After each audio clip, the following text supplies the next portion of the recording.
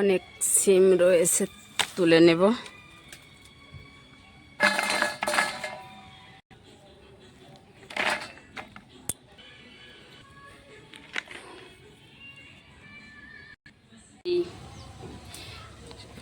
সিম দিয়ে হবে, সিম দেবো, আলু দেব, আর এই কাতলা মাছ দিয়ে পাতলা ঝোল করব।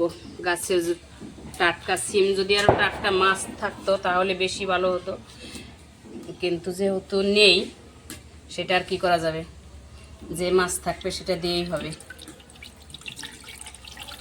সবজি একইভাবে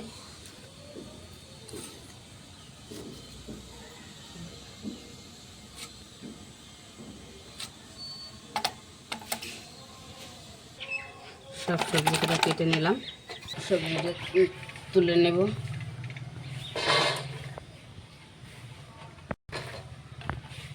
কেটে নেব,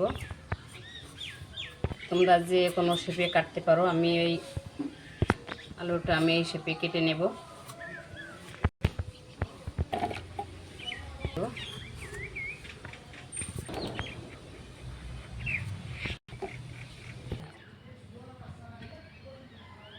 আলুটা ধুয়ে নিলাম,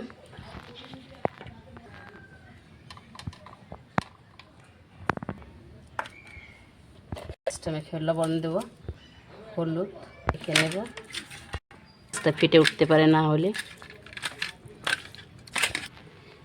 তেল দেব, লবণ দেবো, মাছটা লেগে যাবে না কড়াই।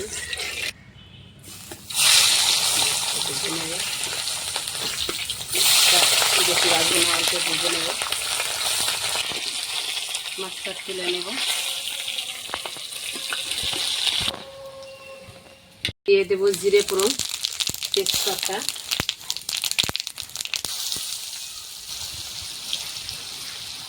অল্প লবণ, অল্প হলুদ, নেড়ে নেব।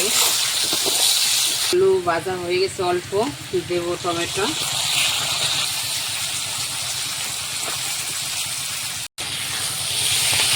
ভাজা হয়ে গেছে, জল দিয়ে দেবো, দেবো কাঁচা লঙ্কা চিরা, অল্প লবণ, মাছ দিয়ে দেবো, দেবো ধনে পাতা কুচি।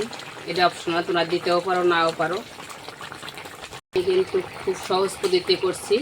আর যে মশলাটা আমি বাড়ি করেছি সেটা শর্ট ভিডিওতে দেওয়া আছে, দেখে নিতে পারো। গুঁড়ো মশলাটা দিয়ে দেব, এতে স্বাদটা দ্বিগুণ বাড়িয়ে দেবে।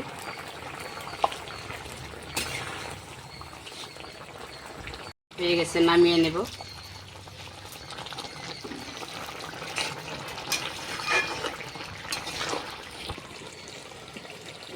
আশা করি রেসিপিটি ভালো লেগেছে, যদি ভালো লেগে থাকে লাইক কমেন্ট শেয়ার করে পাশে থেকো।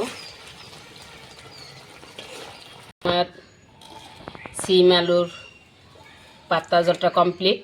প্রথম থেকে শেষ অবধি দেখার জন্য অসংখ্য ধন্যবাদ। দেখা হচ্ছে নতুন আর একটা রেসিপিতে।